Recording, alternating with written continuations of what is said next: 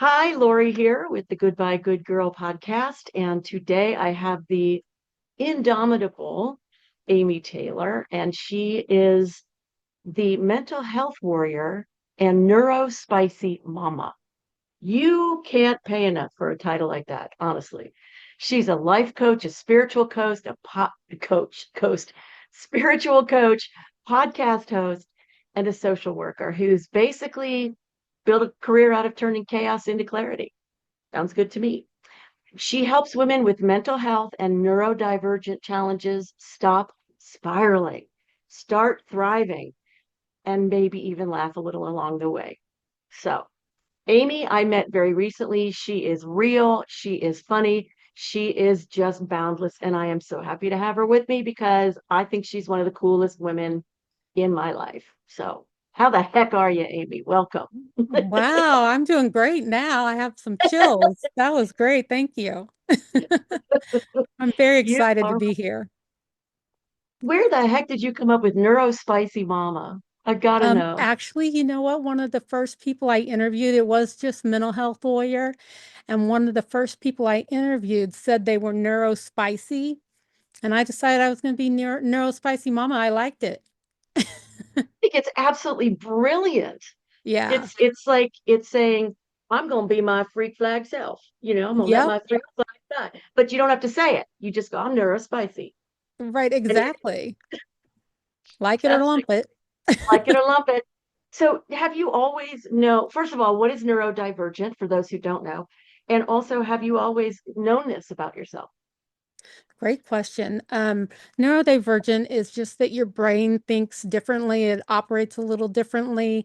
It could be autism, it could be ADHD. It's really anytime your brain is different than the neurotypical person, the average person. It can even be people with a traumatic brain injury. My Oh, specific one is bipolar disorder and ADHD, and my daughter's on the spectrum with ADHD. And did I always know? No, I didn't get diagnosed with ADHD until I was in my 40s, and I got diagnosed with bipolar in my 30s. So, nope, didn't always know. did that change your life in some noticeable ways? Learning that this was happening and it was a thing and it wasn't Yeah, like, it gave me help because once you have a label, people can help you. right. Got it. Is it one thing about having a label on something? Because I know when I was in my 20s, I was in therapy and I was told, you have depression, anxiety, you have, what was the other one? The one that vets have when they come back. PTSD. I had PTSD, all these things, but that helped them give me the right medications, but it didn't help me heal from it. And I wanted to heal Right. from it.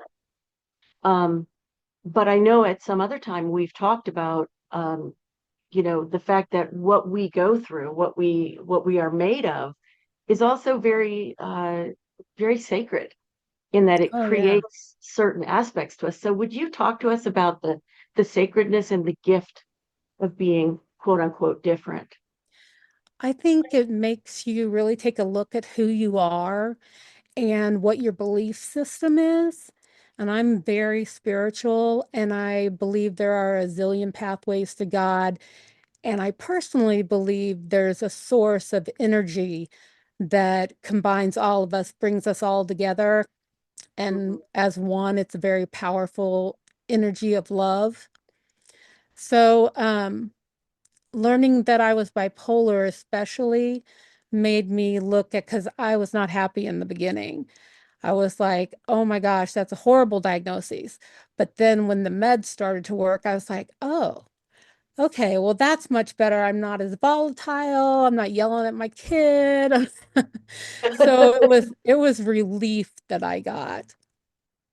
So I'm going to ask you a question I know I've asked you off air before. sure. If you could heal from it and no longer be neurodivergent, if you could take that magic pill, would you? No, because I am who I am and I like myself now. Haven't always, but I have for a while now. And like for my daughter, she has autism. I wouldn't change that for anything because she is so creative and so funny, and she's just her own wonderful being. So I wouldn't change it. That is beautiful. I I wouldn't change my past now, although a lot of it was really hard. Hmm.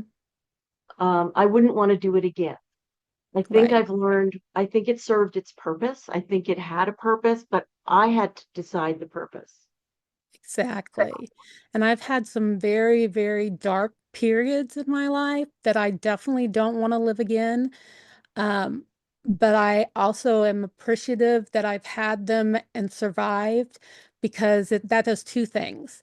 It allows me to help other people that are going through that.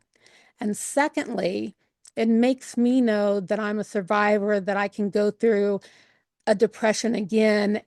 And it's different when you go through it now. I'm 54, and when I go through a depression now, I go, okay, this sucks, but I know that it's going to end at some point and I need to get help. And I know I have tools to go get help now. So it's a totally different ball game. One of the things that I do in my work with people is really challenge the things that we think are just givens, Yeah. you know?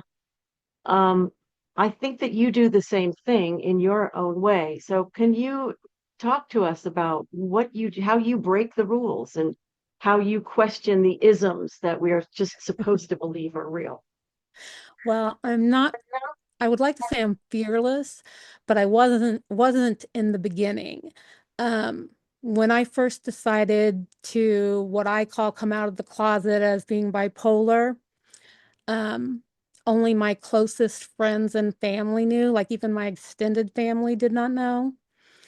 And I was very, very nervous. And I had had cancer previously. And that's what kind of made me go, you know what? I survived cancer. I'm going to be myself from here on out. It's just what you see is what you get. And so I put it on Facebook and I started a blog at the time. And I decided to, start a podcast. And the first week that I had done that, after it was out on Facebook, I literally woke up one night in a cold sweat. I sat straight up in bed out of the sound sleep and freaked out.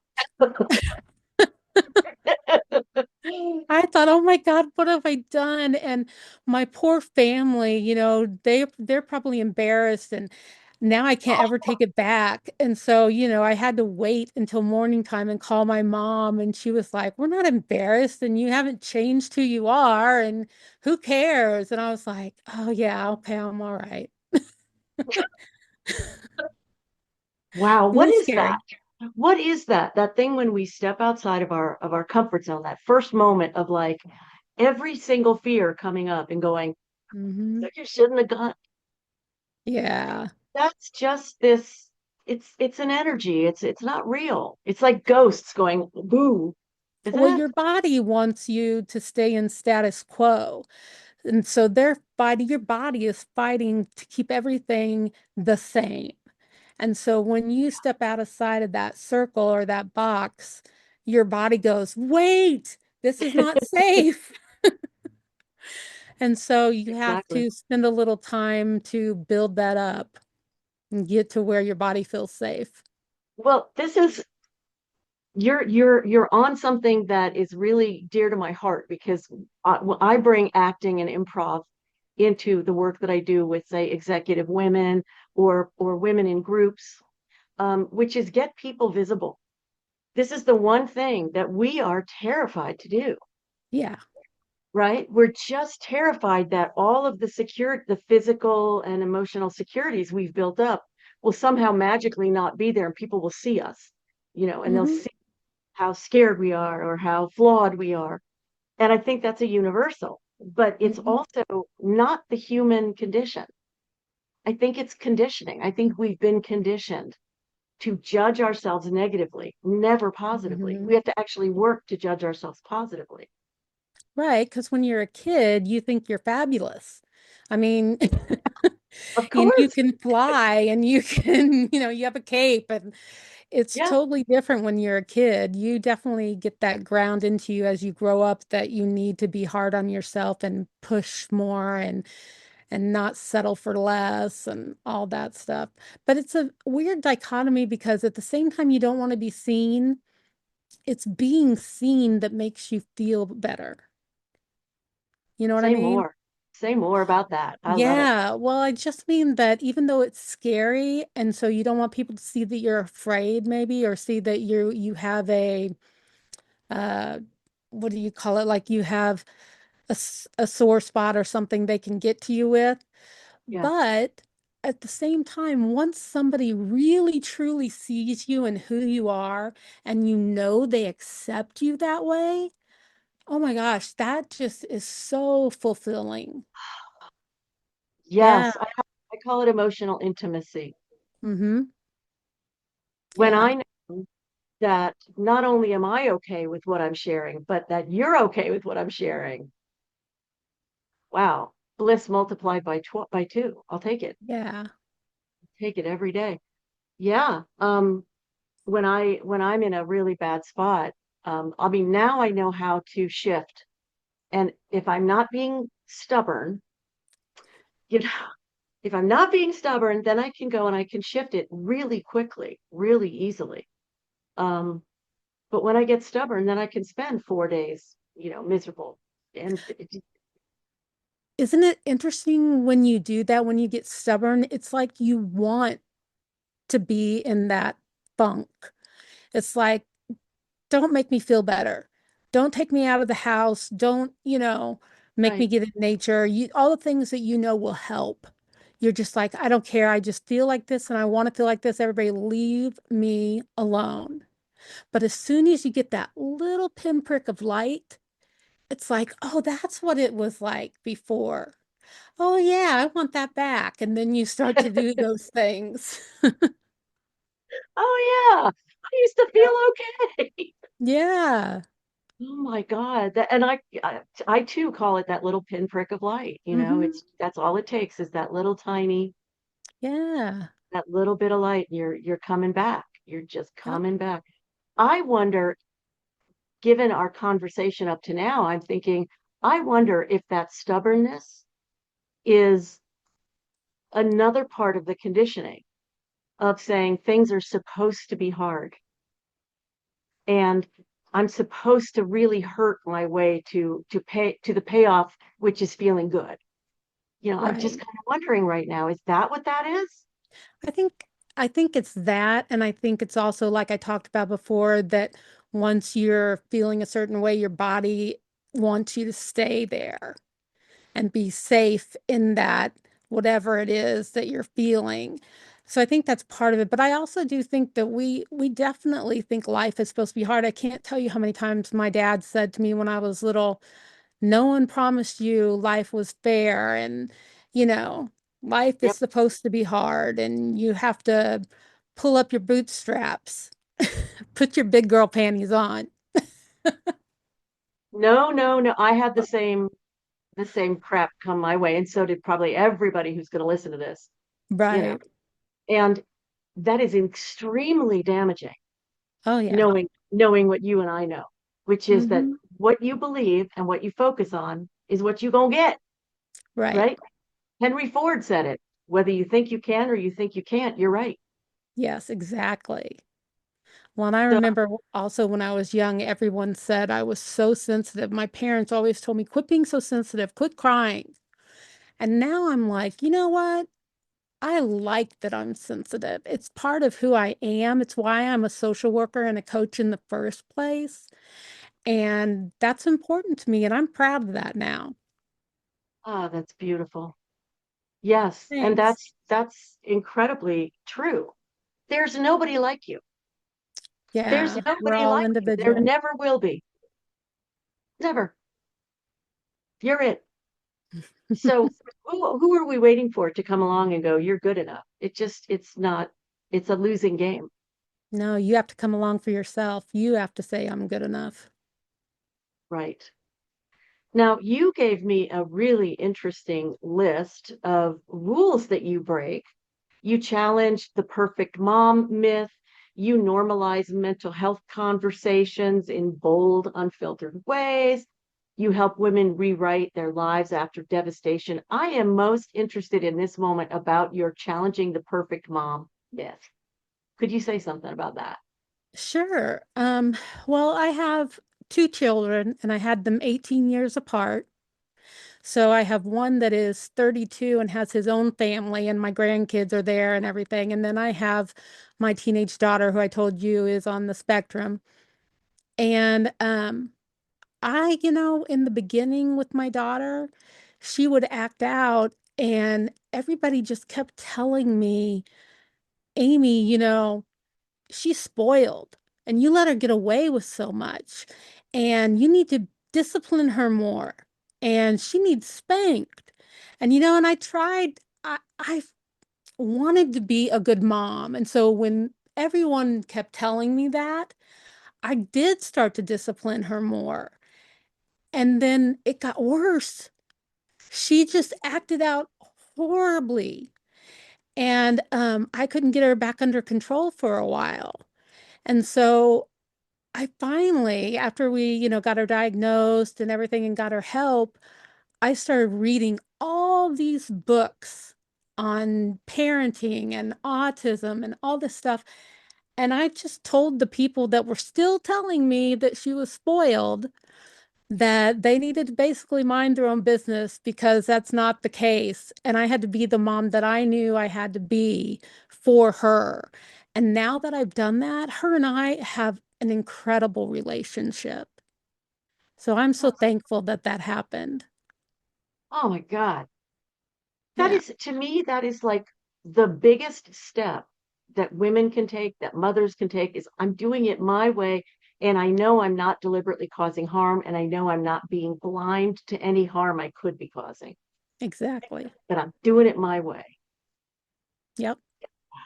Did I tell you the story of these two people who had a child on the spectrum? I don't know if I had told you that story I don't before, think and so. I can't for the life of me remember their names. This was back in like the 1980s. I read in some stuff from these people, and they had a child on the spectrum and very deeply on the spectrum. He would sit and turn in circles, and he would bang his head against the wall, and really extreme sorts of things.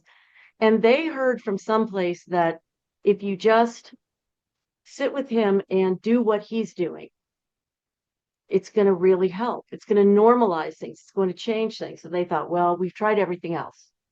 Yeah. So they went on a 24-hour schedule where they took turns, probably 4 hours at a time. And whatever he did, they did.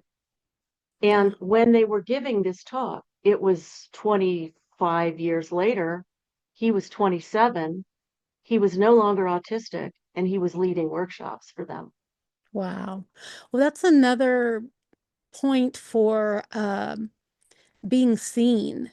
He had to feel like he was finally seen and accepted as he was. And then he could grow. Yes, then he didn't have to spend that energy defending himself. Is that what you mean? Yeah. He didn't have to be like the odd duck out. His parents finally looked at him and said, "We're going to just do what you do because we see you and what you're doing is okay and we love you." And that does everything for a kid. Oh my God, you're right. That's the foundation. Hmm. Wow. That's gorgeous. Oh my God. I'm gonna have to hunt down their names so I can give the title of the book to you and put it in Oh here yeah, I would love as that. well. Oh God. Amazing people. Amazing people. I love people who think outside the box Yeah, me and too. challenge their own fear to go live out there and try it Yeah, out, see if it works, see what happens. Um, I also wanted to ask you, you say that you don't sugarcoat or sanitize personal development, and ditto. Um, right. I can't take it. Tell me what do you find that you most particularly have to wash away when you're talking to people? Well, I just think that positivity has a place, but I don't think you can always be that way. And I don't think that we should force people to be positive when they don't feel well or when they are in that funk or they want to stay in it. You have to accept people where they're at and be okay with that. So I just, there's a lot of good personal development tricks and tips out there, and they're good. But I just think they're not for everybody at every stage of their life. Does that make sense? I think that's spot on for my money as well. Yeah. I mean, almost everything out there has worth. Hmm. It will help somebody, Yeah. but Yep. maybe not today. Exactly. Yeah. Yeah. Yeah, and I've been thinking, and I haven't yet started this task, but I've been thinking it would be really awesome to put together a way of looking at the personal growth path. And I don't Ah. know if that's possible because we're all very different, but I know that it's been done in 4 consciousness stages Hmm. by let's see, the Centers for Spiritual Living. They teach a whole course about how we grow and the fact that you can grow up to the 4th level, but you're still always going to touch on the others. Interesting. Yeah, I don't know much about that. Yeah, I wish if I'd known I was going to mention it, I would have looked it up for you, but oh well, everybody That's else can look it okay. up. We'll Yeah, talk again. I'm pretty sure. Yeah, yeah, for sure. So I think it would be really awesome to either look at those levels or or say what are the sort of stages and what should we know that we take along with us on the journey, because it's not like we learn this thing and then we leave it behind and we learn this thing. It all comes with us, right? Right. But I also think, I mean, Maslow's hierarchy, you couldn't say it for a second. Yeah, Um, that always really hit me as so real because goes back to what I said that you can't always be positive and you can't always use the tips and tricks. If right. you're not getting your basic needs met, you're not safe, you don't have a roof over your head, you don't have food, anything like that. How can you even think about spiritual enlightenment? It's not, it's, oh my God. I spent 3 years homeless. Oh, And I did. And I was in my 50s. So this was like, what is happening? And I didn't yeah, have to be on the street. Thank God. I didn't have to be on the good, street. I didn't have to be in my car. There were friends who took me in. So over that 3 year period, there were places I could stay that were indoors and that, all that good. kind of stuff. What was I going to say? Shoot, I went and lost my train of thought. We were talking about how you can't be thinking about spiritual enlightenment uh, when you're suffering. So I met a lot of homeless people at different events, the Jewish family service was where I went to get food, where I went to get some counseling and things like that. And they had like get-togethers where we would do artwork or we would watch movies about Judaism, and it was some really amazing people. Yeah, But quite a few of them, and quite a few of them were freaking brilliant, and quite a few of them were mentally ill yeah, and absolutely focused on the misery. Like there wasn't a spark of hope there that was showing that maybe I can come out of this. That just wasn't there. And right, I was a mess, especially at the beginning. I was like, how did this happen? How could I possibly how could I become homeless? Like this is a shaming of my whole family. Like I went deep with the whole shame thing. And but I was determined. I was like, if this is the way I end, I'm going to gather up my pride. I'm not going to beg for help from friends. I'm going to get help where I can socially, like from Jewish Family Service and other places. But I'm not going to appear like a wimpy. Oh, I'm not going to do it. I'm going to keep my pride, and I'm going to also stick with the very little I've managed to really identify as practical and true about spirituality. And so one of the things I did was I would look around me always to see what was positive, what was good, what was fulfilling, what was a little bit better than the current moment. And I want to tell you about this one bus driver. I was going downtown on the bus every day to and from work for this telemarketing job. And this one bus driver was so epic. He would pull over to pick people up. And when they would come on, he'd go, "Hello, good morning. How are you? It is so good to see you." He was effusive and warm and real. And I fell in love with him. And then when he would pull away to get back on the road, he'd say to the whole bus, "Okay, family, here we go." I love that. My heart, oh, my heart. I only saw him that one day. Oh, Every he's a time he pulled away. light. He is a light bulb. Mhm. Absolutely. Okay, family. And I felt like his family. I Yeah, felt not alone for the first time in months. that's amazing. Oh my God. So really, I was looking for these clues of life, proof of life. Yep, And that's the one thing that I see, that people who are homeless and mentally ill, they don't necessarily have that knowing that there is life to have proof of. right. And Well, and that's what makes me sad. the sad thing is when you're there and you're saying, "Oh my God, everything is so awful, and I'm never going to get help, and I'm always going to be on the street," then the universe conspires to say what you're saying is true. And so you're not going to get off the street and you're not going to find the help you need.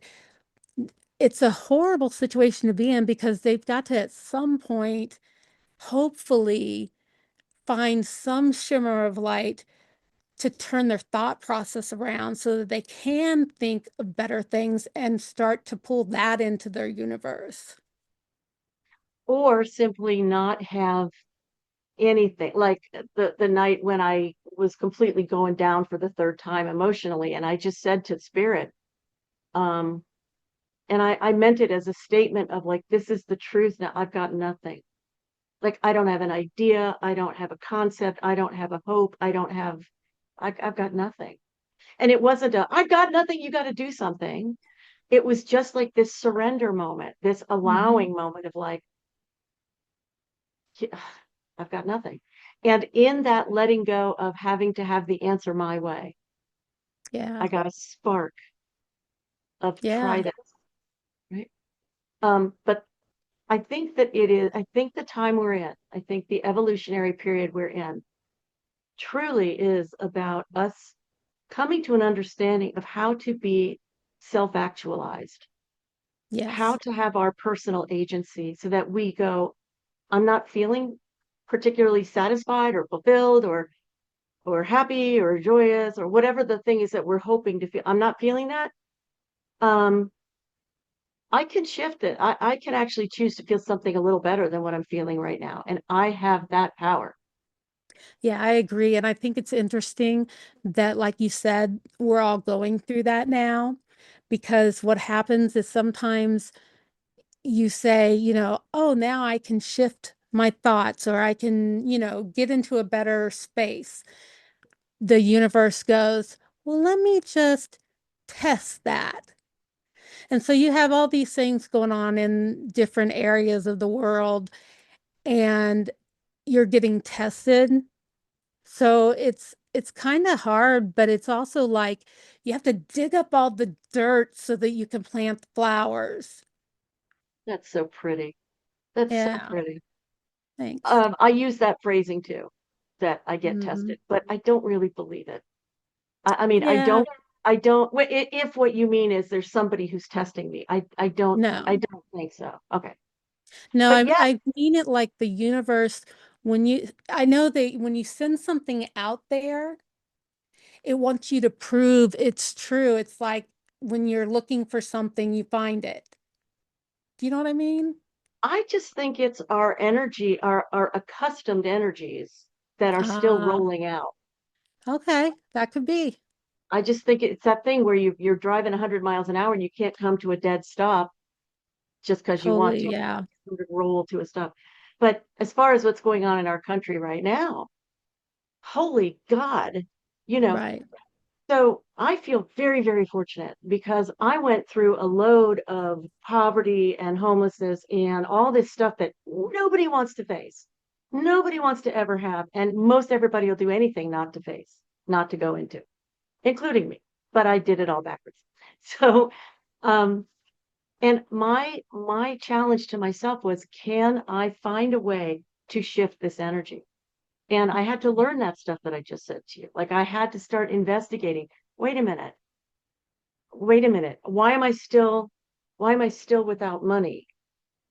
Don't you, if you focus on that, you're not going to focus on feeling your abundance and you're not going to be seeding that future. These are very tough, Yeah. things to commit to even working on. Forget making them, but Hmm. tough, right?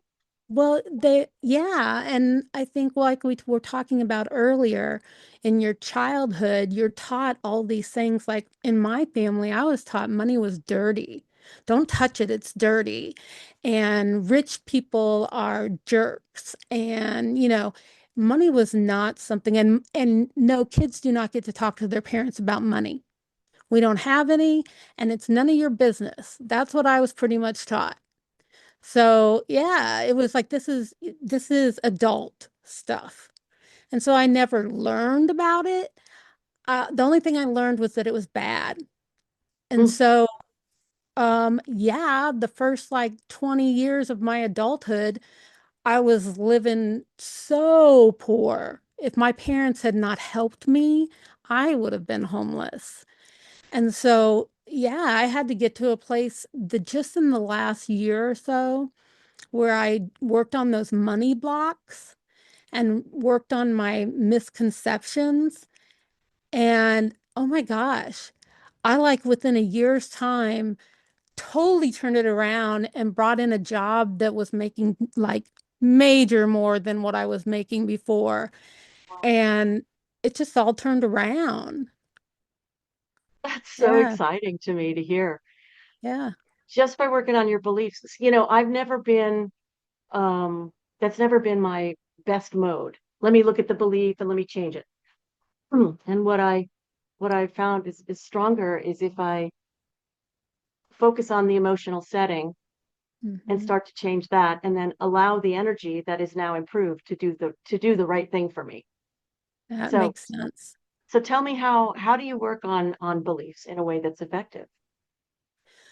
Well, I think you have to realize that you have that belief because a lot of us go through the day and we don't even realize that we're talking to ourselves in our head. We don't realize that, like, I didn't know I had all those beliefs about money. I had forgotten all that I had learned, you know what I mean? Or I didn't forget what I learned, but I forgot that that was what I was being taught. Right. And so, um, I think the first way is to really do an assessment of yourself and figure out what you believe, like maybe do some journaling every day. I'm a huge journal fan, and I like to do brain dumps where I just throw everything on the page. And I also like to write letters. I've written letters to my mom that I will never give to her because I love her too much. But Yes. sometimes you have to get things out. And that helps you realize what your beliefs are, and only then can you start to work on changing them. So how do you change them? Do you talk to yourself about, like I was saying before, like, um, I don't know if I said it on this podcast or another one, but you know, um, are you really less than? I don't think so. Okay, so do you have qualities that are really great? Yeah, yeah, I actually do. I have this and this, this. Cool. How does that feel? Really good. Feel better? Yeah. Thing. Yeah, been there. I, Okay. I think for me personally, I had to, when I'm listening to something in my head, I had to start catching myself saying things like, oh my God, I'm so stupid. Or, oh my God, I can't believe I did that. Things like that. Once I realized I was saying those things, then I had to actually try to stop them. So I would actually write down what my thought was and then write and switch it around like you just did And like if I thought, oh my God, I'm so stupid, then I would write beside it where I wrote that, I would write, I have a social work degree and an MBA, and I am an intelligent woman. There's no reason for me to be calling myself stupid. So, I mean, you have to counter everything. It's funny. There's something so magical about appreciating oneself and Hmm. daring. There's like a daringness aspect to that for women. Oh, yeah. Because we're supposed to be petite and we're supposed to be modest and quiet. All those things. Likeable, sexy, white, Yeah. young, what Yep. list as long as your arm. Yeah. Yep. You cannot match up to that. No. There's nobody who can match up to that. Maybe Martha Stewart. I don't know. Nah, not even her. My God, come on. Martha Stewart is very interesting. That woman is capable as hell, isn't she? Yeah. And she got thrown in jail for something that no man's got thrown in. Well, maybe some men have, but a lot of men have done what she did and didn't get thrown in jail. I know. But she I was know. female. How dare her? I know. Well, I was thinking while you were talking about how the wise men and wise women, I hope it's and the wise women Hmm. down in like South America and stuff are the people who really are neurospicy. Hmm. Do you know more about that than I do? No, I don't I've know just about. heard it. I've just come to understand that the people who think differently, the people who are more spiritual, more creative, more out of the box, not making sense according to the norms, Oh, those are yeah. the wise people, Well, they're more innovative. They come up with ideas that other people don't. If right? you look back through history, I think Albert Einstein was considered neurodivergent. Ooh. Um, there's a ton of people. If you look through, you can Google and it'll tell you tons of people that have created things and they were neurodivergent. And so, yeah, I mean, even entrepreneurs are more likely to be neurodivergent than not. Well, I'm going to claim it for myself then, because honest to God, I was trying to schedule something. I hope this doesn't turn out to be offensive, but honestly, it's a miracle that I'm grounded. Thank God Mhm. I'm a Capricorn. Thank God, because I'm always out here. I'm always deep Mhm. within or way out. And I don't know if that's neurodivergent. It makes me really question if the term neurodivergent simply means individual in a way. I think it could, except for then I'd be very careful of saying everybody's a little neurodivergent because they're individually themselves when I Yeah. think the world is set up to help neurotypical people, like the school system and things like that. So if you think differently, you have a very hard time sometimes in the government or in the school system. Well, given that I am the founder of the Goodbye Good Girl project, I have to say I think the norms are ill in their rigidity. Yeah. I don't think that they're healthy. I don't think that they're correct. We are spiritually blossoming, amazing people. And no, I would never say, well, everybody's a little neurodivergent. Yeah, there's a lot of people who do say that though. I know you Really? wouldn't. Oh They yeah. do? Yeah. When my daughter got diagnosed with autism, she was diagnosed from a hospital behavioral health department by two different doctors who both put her through uh, three different testing periods that we had to go to three separate times. And her PCP, when she got the notification, said they'll give anybody an autism diagnosis these days. And I said, thank you very much. And I went to the register or the her checkout desk and I said, we won't be coming back. Good for That's it you. for me. Yeah. Did she ask why? Did you get to lodge a complaint or anything? I mean, I got to tell the receptionist why, yeah. okay, And good. the receptionist had just watched my daughter stim, you know what stimming is? She Oh, had no. No, Okay, sorry, I thought you stimming is what neurodivergent people, especially if you're on the autism spectrum, they do it as a comforting kind of thing to get themselves calmed down. My daughter, what she does is she walks back and forth, she paces, and she just goes and goes. She can do it all day long, wear wow. out the carpet. And so they had just watched her do that before we went into the doctor's appointment. So the receptionist, when I told her what the doctor said, was just like appalled. She's like, that's crazy. Yeah, Ugh. I want people held accountable for the crap that they do. yes. Yeah, that's like a wish of mine. Well, this is the best conversation that I've had all day. Me too. Awesome.